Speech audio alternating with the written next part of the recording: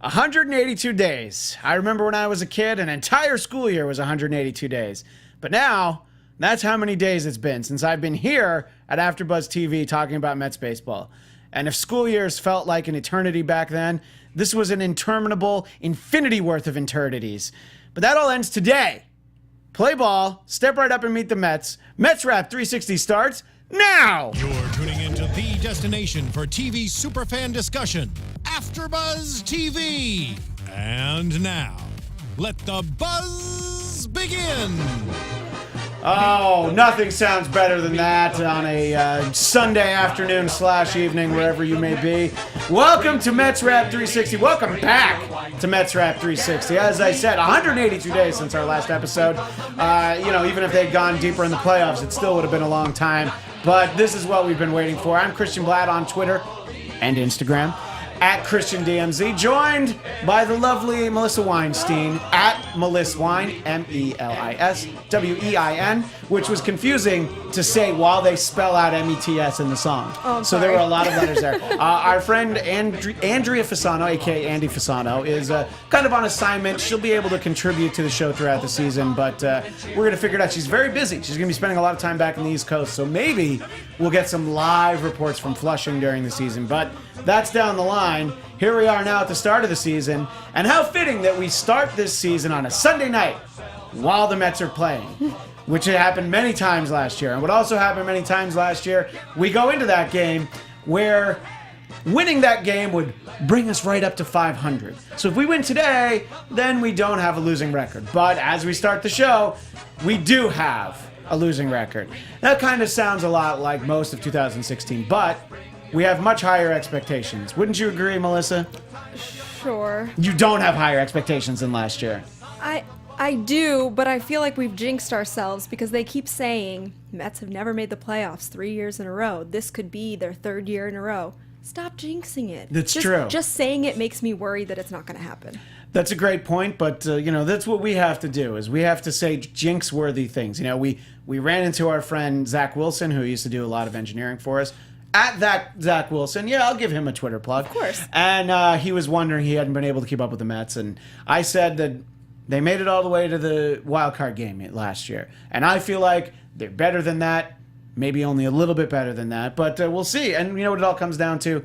The pitching, right, Melissa? For the year, we have to see how the pitching is, and some of it has looked good. I'm really confident with our starting rotation, with the exception. All of it? No.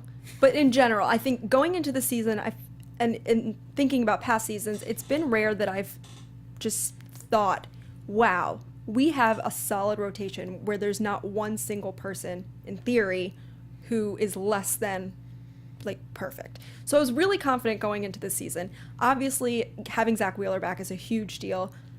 His performance was what I expected, not what I hoped, but our relief pitching, I'm very concerned about. Well, they're really thrown off by the fact that Familia is suspended for 15 days. And, it's obviously, unfortunately, we had to talk about domestic violence last year when it came to Jose Reyes, and here it is again with Familia. Yes, the charges were dropped, but MLB, I think rightly so, feels like they need to make some kind of a statement.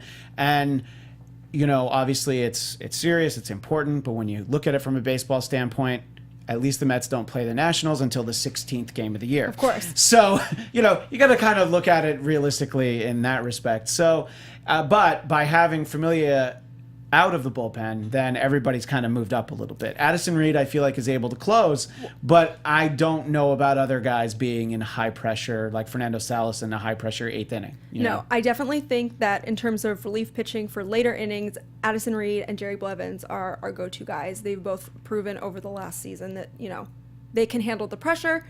But again, you can't bring a closer in if we're losing by 4 runs. So Correct. Without our offense getting their act together, our pitching is almost unimportant.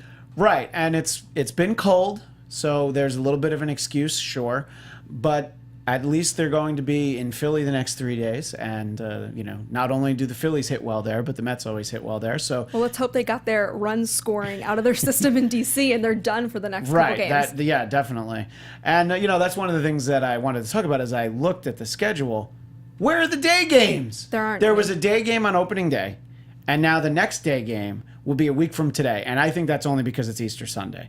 Because they're not really going to get a primetime Mets-Marlins game on Easter Sunday. So, all right, fine, you get a day game. But then after that, the next one is like a week and a half later. So there's 3 day games in the month of April. The Mets are making me work full days because now I can't watch at work. Yeah, exactly. Like, when the games come on at 10 a.m., like on opening day, 10 a.m. Pacific, obviously, we're talking about. Which is That's amazing. Great. Yeah, because you can multitask in case your boss is watching. Yeah. You've got the small window, or you've got it propped up on your phone while you're working very hard, feverishly. And the start at 4:10, what am I supposed to do the first 6 hours of the day? Work! Gosh. I know. Well, maybe we'll have to look for teams that do have day games. Anyway. No, I'm good with the Mets. Same here. Yeah, that's enough aggravation. So before we look at the week that was, I wanted to talk a little bit about the offseason. There had been an inkling of maybe doing an off-season show, but there wasn't much that I was excited about other than re-signing Cespedes. I think that was very important. You know, he had the opt-out. He tested the market. We were not sure. And also, I think the expectation was that they were going to trade Jay Bruce, and we're, 6 games in as we speak. So far, it seems like he's getting off to a better start than, he did finish well last year in the last week or so. But that's not when we needed it. That's not when we needed it. No, we could have used it in the wild card game. But we're not talking about the wild card game. Sorry. This is 2017. Yeah, that's right. We're not looking back. Where the magic happens. That's right. Bring your kids to meet our kids. Anyway, that's an old Mets slogan, I think, from 82, 83. But anyway, so that, I think, was very important. I was pleasantly surprised that we've got Neil Walker. I don't remember what had to happen for Neil Walker to stick around. They had the option on Reyes. Why not? Although, if anyone plays fantasy baseball, they've probably noticed that thousands of managers have dropped Jose Reyes recently. He's because hitting 52. Yeah. Not 520. Oh, wait, he's not? 0.52. But doesn't he know that we still have the bottle of Caberets for those watching on YouTube? I still have the bottle from last season. That I don't know exactly what we'll do with it, but if he makes a solid contribution, maybe we'll recork it and we'll put some I was quality going to say use wine it in as a it. vase. Oh, yeah, we'll put some flowers in there for Jose. We'll ask him on Twitter what his favorite flower is. But anyway, what do you think about what happened in the offseason? I mean, it wasn't anything, except for Cespedes. Very exciting. But beyond that, was like, oh, okay, I guess we'll see how Jay Bruce does. All right, Neil Walker, yeah, because... There wasn't anything that really stood out to me that's at this point memorable. Truthfully, cannot remember anything that happened in the offseason. Of course, while it was happening, I was very angry and or happy about it, depending on what it was. And in the moment, back in the offseason, was wishing we had a show because I wanted to. I remember you tweeting it at one point. I wondered what I was tweeting in reference to. Yeah, because I was really couldn't angry remember, about actually. it. You were. There's probably, was it not trading Jay Bruce? Probably. That That or sounds something else. likely. I don't know. Looking at my... I don't know. But, I was looking at my notes from the end of last season, and is Kelly Johnson, Alejandro De Aza, James Loney, we hardly knew ye. Good luck to them wherever they end up. I didn't, until you just said that, had no idea we didn't have them anymore because I forgot they existed. Oh, no, that's rude. Poor James Loney. That's all right. I never liked him anyway. He's fine. Anyway, yeah, he's fine. And welcome to everybody who's watching in YouTube right now. That means that maybe you forgot that there's a game on, but we'll try and give you updates as we go through. Now, we cannot give play-by-play because we do not have what don't we have? Express written That's right. consent from what Major League Baseball, Sterling Mets, and ESPN. I don't want any express written consent from ESPN. Yeah. Anyway, so let's take a look back at the busy week. As of course, it's a Mets week, so it was a bit of a roller coaster. Let's talk about opening day. What a great day it was, because not only does Thor come out, and he's throwing the way Thor needs to, lightning bolts to overextend the metaphor. The Meta Thor. Oh, that was terrible. That was so good. Good? Oh, yeah, I knew that. I didn't think it was terrible. That was like the Meta pun Thor game on point. Yeah, and, he pitched well, so we don't need to refer to Frog Thor, which we did last year. But we're going to keep Frog Thor on standby. However, he pitched great. It was a great game. He did not get the win because, it was... I mean, look. Typical Mets fashion, not scoring when you should. Right, but also, I mean, the Braves had their ace on the mound. And sorry, my phone just looked at me really weird. My apologies for the weird face. So obviously, you know what? They weren't going to get the runs off of him. And I'm embarrassed that I've forgotten his name. The guy who's like the really good pitcher for the Braves is the only one they have. Do they have a good pitcher? Of course they do. They have the guy who started on opening day. And people should shout at me right now. Okay, because so Garcia started game 3. Yep. So it wasn't him. No. And the guy who got the loss was named Kroll. Do you remember him? No. No? Well, he gave up 6 runs. I think he was charged with all 6 runs in that game. So... I only wrote the starting pitcher on... on the days that they lost? Oh, day 2! Cologne. Oh, well, believe me, we will definitely get to that. Anyway, so talk about the fact that Thor's excellent start was squandered because they obviously couldn't score against the starter. But talk a little bit about it, Melissa. Well, here's my issue. As much as I want the Mets to win on opening day, to continue their incredible record on opening day, it's not enough for me to watch you score a bajillion runs in 1 inning. If you're not going to get started and get off on a good foot, it's kind of pathetic. What was it? Last year they scored, 9 runs in 1 inning? I think it was against the Rockies, but I'm probably wrong. I think you're relatively right there. That's what I remember. And by the way, Julio Teheran, great pitcher. He's the pitcher for the... Yeah. He's the guy that the Mets never beat. And while they won the game, they didn't beat him on opening day. So Julio Teheran, my apologies, baseball fans. I am embarrassed. All right, I'm going to admit that I'm embarrassed that I couldn't remember the ace of the Braves pitching staff. But the fact that the Braves pitching staff has Cologne and Dickey on it is probably why I get distracted. That's my excuse. I mean, do we need to know anything else about the Braves?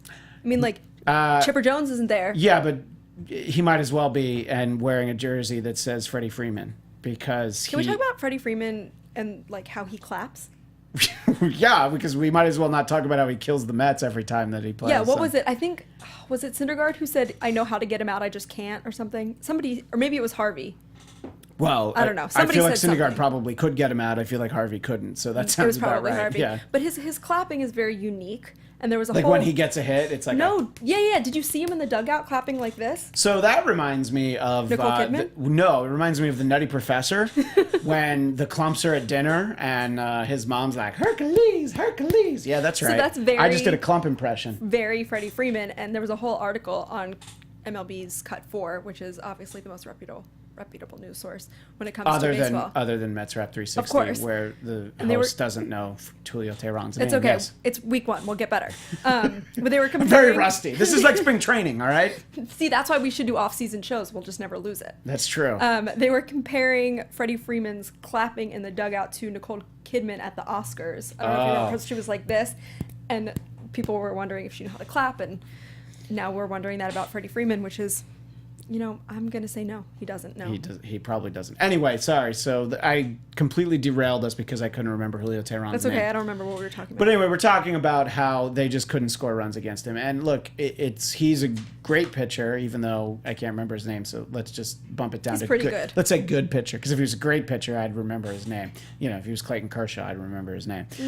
But, well, we live in the city with Clayton Kershaw, so that's probably why we're not going to forget his name. True. But in any case, that's a fundamental problem is, just cold bats. Yeah. But again, it was the beginning of the season, and they did score 6 runs. So let's say, great, that one worked out, And then on day 2, which was Wednesday, because Tuesday was an off day. And do you know why they do that, Melissa? Why Tuesday is usually an off day? To torture me? No. Because it's the East Coast, weather's usually really bad, so they have the open day in case it rains on Monday, and then you just have opening day. Which they the next did day. have that problem with another team that got I postponed believe on the opening. White Sox actually got. Yes. But they ended up also postponing a second game Yes, because I that's saw that too. Chicago, and that is crazy. Yeah. But anyway, so the second game on Wednesday was kind of an exciting matchup for a Mets fan. Jacob cried. deGrom and Cologne. Yeah, talk a little bit about Cologne, and we'll retweet the SNY had like a little. What was the video was shown in the ballpark, but I believe SNY also showed it. SNY showed it, which is how I By saw the way, her it. eyes are tearing up now while she thinks about it. I'm not I kidding. was sitting at my desk at work crying, and I was hoping nobody's going to walk up and see it because somebody who works with you is probably going to be worried. Like, oh my God, is everything all right? Is your family okay? A lot because I'm usually crying about something. Yeah, usually Mets related though. But there's a lot to cry I was about. very emotional because Bartolo was such a big staple of Mets culture. I mean, let's take us away the fact that he, hit a home run. And that in itself is fantastic. It's pretty amazing. But he was great before that. And I think it was on Tuesday during the game, SNY does like SNY tweet or whatever it is. And it was your favorite Bartolo memory. And I recently saw on my Instagram feed that I posted back in August of 2014, there were trade rumors looming that we were getting rid of Bartolo. And I saw him pitch at Dodger Stadium, and I took a picture and posted on Instagram, possibly the last time I will ever see Bartolo pitch as a Met. Oh, no. And how crazy is it to think that we got him for another 2 years after See? that? And so watching these memories and with like the behind the back flip and him with his helmet falling off and all of the wonderful smiley things that he does, I'm just sitting there crying because I want him back. Bring sexy back. Do you really want him back? I mean, he says he's 43, right? So, which means he's probably 45 or 46. More impressive. We know he has 2 families, which means he probably has 4 or 5. And one of them is not me. Right. Which is a problem. Because you want Big Sexy to adopt you, which just sounded really weird out of my mouth. So Don't say it comment, again. Don't comment on that. Anyway, he pitched well, but also didn't get the win. DeGrom was good, but not, as we heard last year, DeGrominant. He was not, but he was very good. And, of course, then the bullpen could not hold on to that one. And who do we blame? Rafael Montero, who I wish that we wouldn't talk about again during this show. But we we're will. going to have to. And you know what? That's one of those ones that got away late. You shrug it off, especially because the next day Matt Harvey's going and you want to see, like, well, what Matt Harvey are we going to get? I'd like to say we got a very good Matt Harvey. We did. We did not. I don't think we'll ever see the Matt Harvey in his prime because when he pitched like that, he ended up needing surgery. So he's not going to pitch like that anymore. Well, I mean, I think just looking at our starting rotation, seeing Matt is made his first start since July of last year, and everyone normally would say, oh, wow, that's such a long time. But then you have Zach Wheeler, who we hadn't seen in 2 full seasons. Correct. And so when Harvey is, getting the upper hand on Wheeler because he's been out for less time, but still a very considerable amount of time, kind of blows my mind. Yes, absolutely. And we will, of course, talk about Mr. Wheeler in a moment. And yeah, look, Harvey looked very good. The Braves did not. And that's the kind of, I don't know, I think that the Monday and Thursday are very indicative of the way that the Braves are going to play all year. What we've kind of seen as you look around the league is, at least as far as I'm concerned, we'll talk a little bit about it later in the week, Marlins actually looked very good, at least early, and they looked good early last year, but the Phillies have actually looked pretty well, scoring 12 runs in the first inning against the Nationals, not against the Rockies, not against the Padres. 9 or 10 of them were off the same pitcher. Yeah, and I think he got charged with... the last... Yeah, I think he got charged with all 12. So... Sorry, Jeremy Guthrie, but I know some people have some issues with Terry Collins, but yeah, there's a point. He's a little bit better than that. He would have pulled out after 6, I think. You'd think, but at some point it's like, well, I'm going to burn out my bullpen. But anyway, That's true. Save that for Phillies Wrap 360, which doesn't exist, by the way. And it should never. Oof. Yikes. Yeah, you're probably right. Anyway, so, that's what I'm saying is, though, that the Braves are bad. I think the rest of the division is actually pretty good.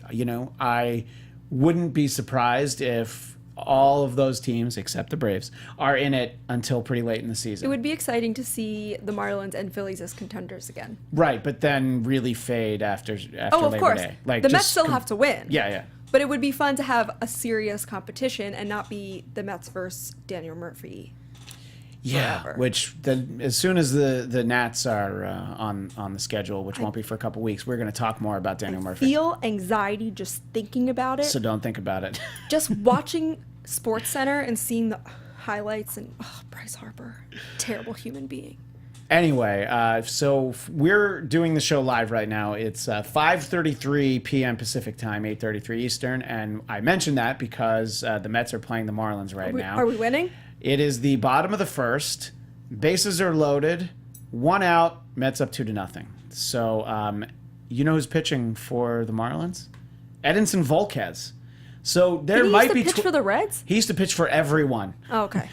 So yeah, and he's that guy who's could very well give up 12 runs in an inning. Let's do it. I'll keep an eye on it, but All right. we'll keep you posted. But don't say too much. No, because no, we don't I have already feel express like I written gave consent. too much. I know, because by saying that there's 1 out and bases loaded, that was already very That's very descriptive. play-by-play. But anyway, well, yeah, you know what? I'll try and be more Howie than Josh. Okay. Yeah, or did I do that backwards? Anyway, Oh, so Howie was very right. Michael Conforto should have started over Jay Bruce opening day.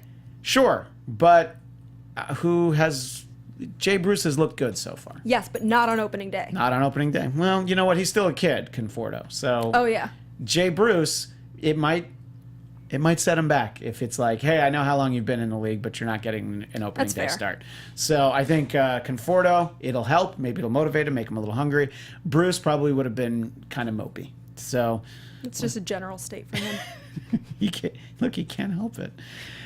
In any case, so what did you think about the first series against the Braves as we look at it as a whole, Melissa? Kind of relieved, actually.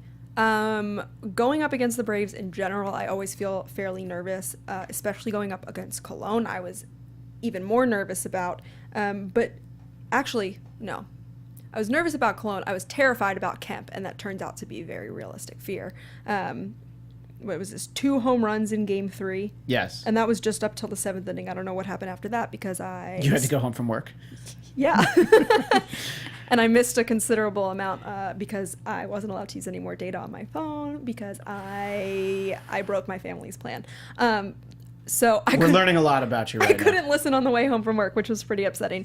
But I did feel good overall. Obviously not about Kemp, but it was nice to see kind of the underdogs in our team getting, coming up clean with, Jay Bruce, other than opening day with that terrible, he can't figure out how to play a ball off the wall. That was very frustrating because I thought that was going to be indicative of what we saw the rest of the way. Yeah. But, so with the it was not. exception of that, I felt pretty confident. He did make some pretty great catches out there, and I think we're getting off to a slow start as I expected, especially with the bats. But it happens every year. Yes. And I mean, I don't know what's Curtis hitting right now. He always gets off to a slow start. He's hitting 200, which is actually pretty good considering. I was going to say, that doesn't sound so bad, hitting No. 200 for him. I mean, at the considering start of the year, Reyes yeah. is hitting 52, Curtis is looking like MVP. But we still have wine with his picture on it, so... yeah. Look at that little The young little baseball stopper as well. Oh, I didn't even notice Yeah, that, but so his little baby face on Reyes. he was so fast back then. Yeah, and probably couldn't drink, so why does he have a I wine? mean, he probably drank. But anyway, so the one game that they lost against the Braves was in 12 innings and, frustrating, annoying, but at the same time, you're like, sometimes you're going to lose games like that. And, Jaime Garcia pitching, he was not good. He has a very solid 6 ERA. So Yes! that's Play what the we Braves want. again. Yeah, well, we will actually. What was it? We have very soon. our first 32 games are against the NL East? Yes. Crazy. Yeah, exactly. And so we will have more Braves in the very near future. But anyway, unfortunately, the Miami Marlins rolled into town, and Who knew? somebody knew. Not me. You didn't know that they were going to be able to, string some things together. You didn't know that somebody from Baltimore should know that Wei-Ying Chen is actually a good pitcher. I did know. Okay. Seeing his first hit was the greatest thing ever. That was kind of the only highlight of that game. Yes, Because that was but- exciting. But it was exciting because Phil Regan was there. And I don't know if you saw the interview that Steve was doing with him, but all of I did, actually. these crazy milestone moments that he's been present for, and now he's there for one more, which obviously Wei-Ying Well, it Chen. wasn't a Mets one, but yes, Right, he but was still a- super exciting to see. And also, how cute is it that he just wanted to throw batting practice for his 80th birthday? How do you not love him? I mean, obviously you do. And that game, though, that was Friday, and that was the Zach Wheeler game. Mm-hmm. And look, Zach Wheeler looked great in the first inning, and, I was very cautiously optimistic. Guy hadn't pitched in 2 full seasons, and I thought, all right, well, that looked good. Let's see how he does after that. And it was not good. No. Because the second inning he gave up 3 runs, third inning he gave up 2 runs, and, well, the Mets lost 7-2. And we're talking about high ERAs. It's only fair that I mention Zach Wheeler's ERA, 11.25. But That is fantastic. that is the opposite of fantastic. But what we did get in that game was a home run from Cespedes. So that's good to see. I think that's very positive that he's, and he was hitting the ball hard in the first few games. So you got to turn the page on that one, unfortunately, because you were just outpitched. I think Zach Wheeler's a great pitcher. He did not pitch well in his first game back in 2 years, but It's kind of what I expected. Kind of what I expected. And also looking at the breakdown, obviously going only 4 innings was not ideal, but he struck out 4 and he only walked 1. Granted, that's over 4 innings, so the 1 walk is kind of upsetting, but 4 strikeouts over 4 innings, it's not terrible. No, not terrible at all. It's so when you factor in the 5 runs all earned that it gets kind of sad. That was sad. Turning the page. You did literally turn the page. Yeah. So then we go to Saturday, which is yesterday, and that was going to be Thor throwing again, but he had a little blister on opening poor day. baby. He's pitching right now, so obviously it's better. Robert Gesellman took the hill, and I was like, all right, well, he pitched really well. Yes. I mean, he pitched all right. Let's put it that way. Like the fact that they lost 8-1.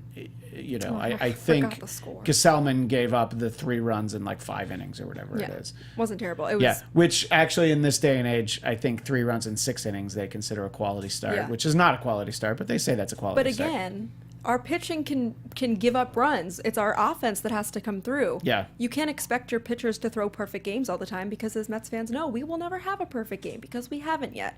So if our offense doesn't show up, you can't be banking and putting all of this pressure on the pitchers. It's just not going to work. How great would it be if next week we roll back the clip of you saying that they never had a perfect game because Noah Syndergaard throws one tonight against the Marlins? What did we say about jinxing things? I just thought it would be fun to say. I would cry hysterically. There'd be tears of joy. Yeah. How much cheese would you eat? Oh my God. I have not eaten enough cheese during the off season. Well, that's because you know that, and for people that maybe weren't with us last season, Melissa's a little bit of a stress eater when it comes to the Mets, and cheese has a lot to do with it. But then you also have celebratory cheese, so I don't quite understand your cheese addiction. There is no explanation except that I love cheese, and there's always a reason to eat cheese. So are you sad? Cheese. Are you happy? Cheese. Are you just hungry? Cheese. By the way, I agree 1,000%, and please let us know. Please let us know if you agree. Maybe by mentioning in the chat on YouTube. About cheese? About cheese. Oh, absolutely. Tell us your favorite cheese. Gouda. No. And actually in the chat right now, Star Drew, whom I know from a number of other shows, good to see you, Star Drew. He said that Mets were better than the Blue Jays. I don't know what the 1/5 means. Oh, because the Blue Jays are 1 and 5. Yeah, they're 1. See, it was the fraction 1/5, and I'm like, well, I don't quite understand. We don't do math here. Yeah, well, I don't. But so the Blue Jays off to a 1 and 5 start, but that's all right. They're in the same division as the Yankees. They'll get some of those wins back, I'm sure. But yeah, I know the Mets have the 2 wins and hoping for a third one tonight. And well, there will not be a perfect game in Flushing tonight because the Mets have made an error and there are runners at the corner. Who made the error? I don't know. It doesn't tell me that. Sadness. Yeah, actually, I think that's what happened there. I don't know. Actually, I'm going to take a guess. I'm very confused because I was under the impression that. I think that the scoreboard is not updating as well as it should be. Are you on the MLB on game day? Yeah. The top doesn't update. When I'm watching the live SNY feed, I can see the actual score, but at the top it still says second inning score 0-0, no matter what inning they're in. Oh, see, that's a problem. All right, well, you know what? I'll get my information elsewhere and report back to everyone. In any case, look, the first 2 games against the Marlins were very disheartening because you like to think you're better than the Marlins, but you're reminded, oh yeah, they have Giancarlo Stanton in their lineup, and also some other guys who can hit as well. Did you hear yesterday, I think it was Keith, called Giancarlo Mike? How many years has it been? It's been a few years now. But like, I get it if it's the first season, but it's been so long. I know. I actually, until you said that, because I didn't hear Keith, I forgot that he used to be Mike Stanton, which we all know Mike Stanton was the reliever for the Yankees, who was a Met for a year. Did not know that. You probably weren't in college yet. And as we learned, Melissa wasn't able to watch the Mets until she was in college. Regularly. Just like when they were on Fox or whatever. Which is pathetic. But I gave you bum information the last time. The Mets are up 3-0 against the Marlins. It's still the bottom of the first, allegedly. So I don't know if there was... didn't have an error. There is a Marlins error, but not a Mets error. So you see... It's alive! It is alive. I know the perfect game still... Oh, I said it. Sorry. Oh, boy. All right, anyway, so your thoughts as we look back on the week as a whole, because we can't really comment on tonight, although it's off to a good start, but again, cautiously optimistic. So 2 and 3 start. Kind of not shocking. Not shocking. What I expected, not what I hoped. I was hoping for series wins against both of these two teams. Oh, absolutely. Because you're at home, and I thought a sweep against the Braves was very realistic. And winning a series against the Marlins seems possible, but that's ultimately the best case scenario is 3-3 on the week. And I mean that's not a terrible start to the season. It's when you compare it to the rest of the NL East that you kind of start to get a little bit depressed, or at least that's what did it in my case. But looking over it, I really think people put too much pressure on the opening day win because what we have, I don't know, I wrote it down. We have the best opening day record in all of MLB. Yes, and I was glad that they won this year because they didn't last year. And it's always... Last year was a joke. Well, that was terrible that they had to start... That's the only time that's ever happened. In Kansas City. Well, because this stupid every day there's an interleague thing, yeah. But, of course, it had to happen to the Mets and it's the Mets' luck that they get to the World Series for the first time in 15 years and then they start off the next season having to play the team that beat them in the World Series. And then watch the highlights of how they won, which is really just the Mets making which is really just Lucas Duda. Yeah. But whatever. He Hey, we're looking forward. Yeah, for sure. Not looking back. Although we're looking back to this past week. But Duda is doing pretty well this year so far. Yeah, that's what I was going to say actually about last night's game, about Saturday night's game. Home run Lucas Duda. Yeah. So you see, there's a little bit of silver lining, and if they need a little bit of a tune-up and they go on a nice tear while they're on the road, playing the Phillies in the week ahead, and again with these Miami Marlins, but we it's just the way it works. You seem to always end up playing the same teams like every week. We do the show. I thought you were going to say every season. I'm like, that's how it works. Well, yeah, that is how it works. But I feel pretty confident that what's going to happen is that we end up talking about the same teams 2 episodes in a row on the show, and it's a little frustrating. By the way, Star Drew again with a comment. His favorite cheese, cheddar. I approve. Which baseball is baseball relevant, because a pitch sometimes will be referred to as cheddar. Oh, I think even Keith says that you can eat cheese every time someone throws a pitch. No, if they leave a big fat, meatball with cheese on it. No. No. Just cheese. All right. Well, don't ruin a good thing. All right. Well, that's what we're gonna do. Anyway, so you look ahead. We see the Phillies. Yeah. Tomorrow, and this is a game that annoys me because tomorrow is the Phillies home opener. Why is it a primetime game? Probably because ESPN wanted it. And I'm like, you know what? No, it's a home opener. It's Philly. It's so, I almost swore. It's so freaking cold. Have a day game. Let people go out. You'll blow off work.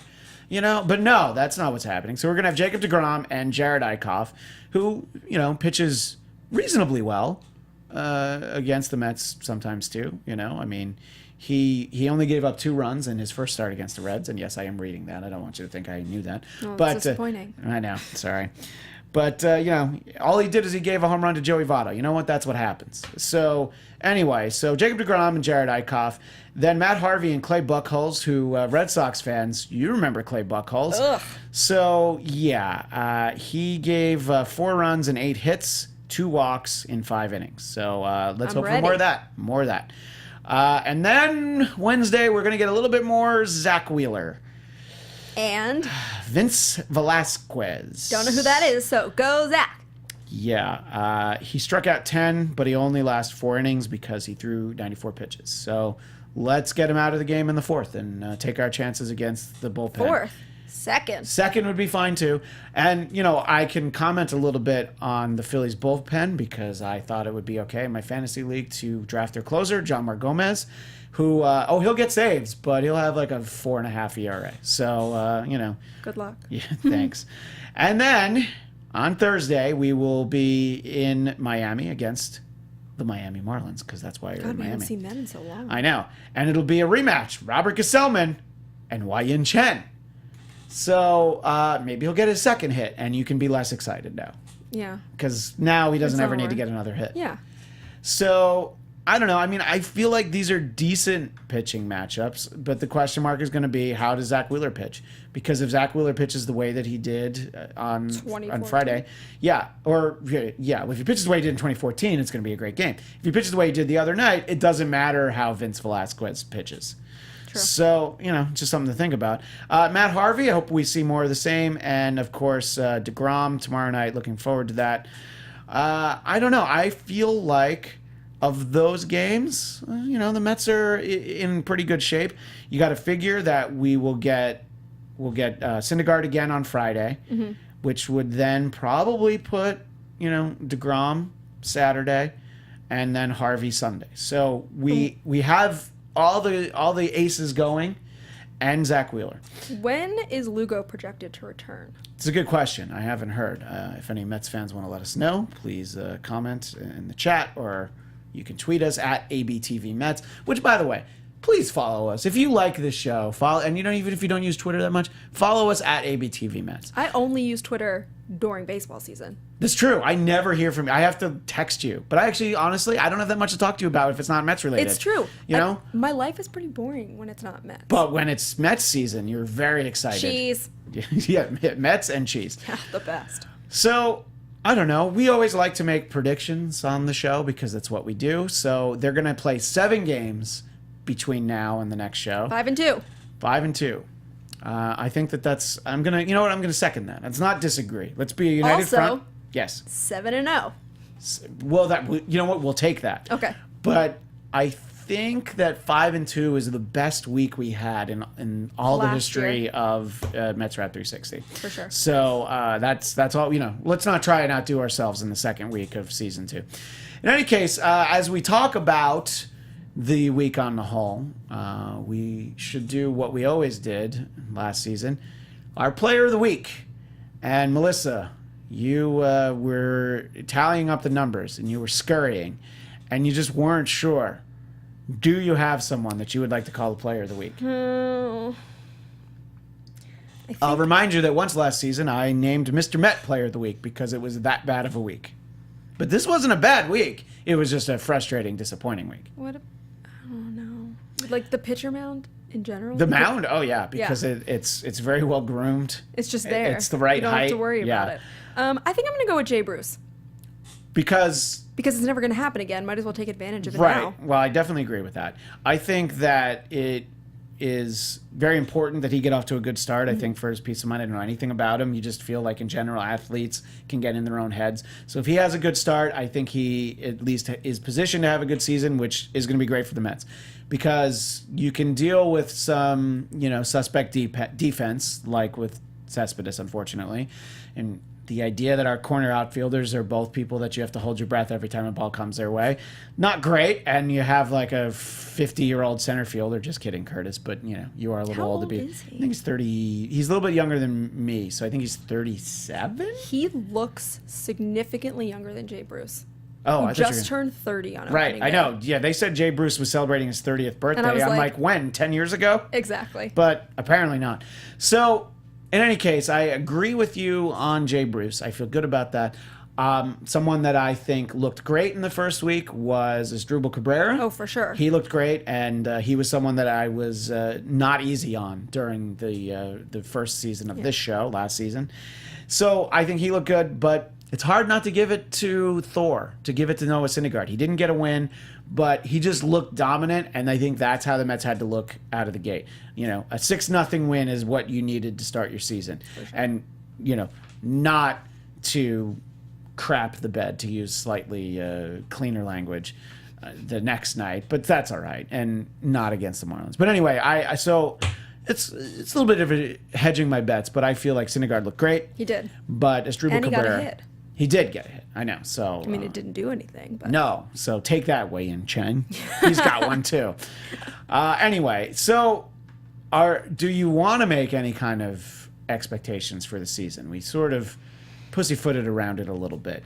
Are you comfortable, Melissa? No. I know. I'm just going to stand by what I said earlier. I am hopeful, cautiously optimistic, because we're Mets fans. That's what we do. Cautiously optimistic that better than last year. Better than just appearing in the wild card game.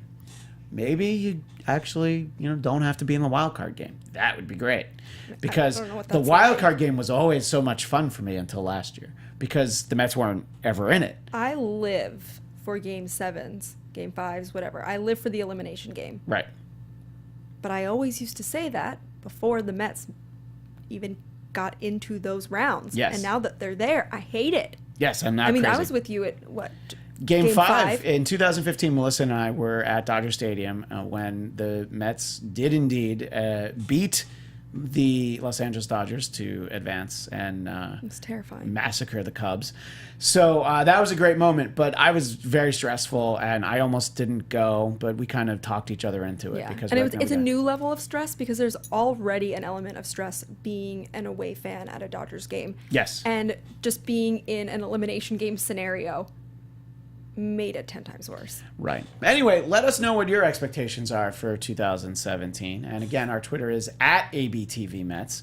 And let us know. We will be back next week where hopefully we talk about, the 7-0 start that, well, not 7-0 start, but the 7-0 week that the Mets had. By the way, still hitless Miami Marlins, 3-0 Mets going into the bottom of the I second. need to go stress eat some cheese. Yeah, exactly. I know. I've got my wife has some stress cheese on ice waiting for us at home. She's brilliant. Yeah. And by the way, I'm going to throw my son into this. Oh, the Felix. Gary, Keith, and Ron T-shirt, which you can look around online to find these. I think it's very cute, and I will post a picture of him from at ABTV Mets. So you see, there you go. And the Marlins got their first hit. So you see, I did it. That's my fault. Sorry, Mets fans, and really embarrassed I didn't remember Julio Teheran's name. But we'll be back next week. It'll be Easter Sunday, and we will be here. And so we will see you then. Thanks so much, everybody, for checking us out. Even those of you who waited until after tonight's game, we completely understand. We will see you next Sunday, 8 p.m. Eastern, 5 Pacific, for more Mets Wrap 360.